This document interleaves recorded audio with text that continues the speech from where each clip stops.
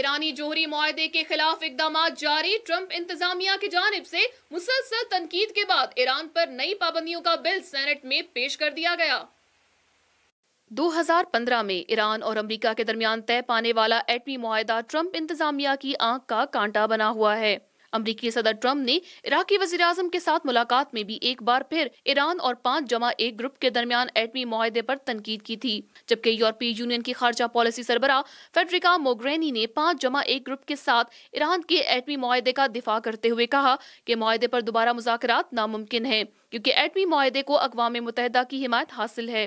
Federica موگرینی نے Washington میں ایٹمی موضوع پر ایک پروگرام میں تقریر کے دوران ایران کے ساتھ ایٹمی معاہدے کی بعض شقوں پر دوبارہ مذاکرات کے امکان کے بارے میں کہا کہ IAEA نے اب تک 5 بار اس بات کی تصدیق کی ہے کہ ایران نے ایٹمی معاہدے پر پوری طرح عمل کیا ہے۔ انہوں نے کہا کہ ایٹمی معاہدے پر تمام فریقین کی جانب سے مکمل طور پر عمل درآمد ہونا چاہیے، اور اب ٹرمپ انتظامیہ ایران پر نئی پابندیوں کی منصوبہ بندی کر رہی ہے، جس کے تحت ڈونلڈ ٹرمپ نے ڈیموکریٹک قانون سازوں کے 14 سینیٹرز کو ساتھ ملاتے ہوئے سینٹ میں ایک بل پیش کیا ہے جو کہ ایران کے بیلسٹک میزائل پروگرام پر پابندیاں عائد کرنے سے متعلق تھا، جس میں ان غیر ملکی اداروں کو نشانہ بنایا جائے گا جنہوں نے ایران کے بیلسٹک میزائل پروگرام میں مدد کی تھی، لیکن وہ اوباما کے معاہدے کو منجمد کرنے کے حق میں نہیں ہیں۔ اور ٹرمپ نے اپنے موقف کا کھل کر اظہار عراقی وزیراعظم حیدر العبادی سے ملاقات میں بھی کیا تھا، جبکہ دوسری جانب تہران کا دعویٰ ہے کہ معاہدے کے پہلے دن سے اب تک کوئی خلاف ورزی نہیں کی گئی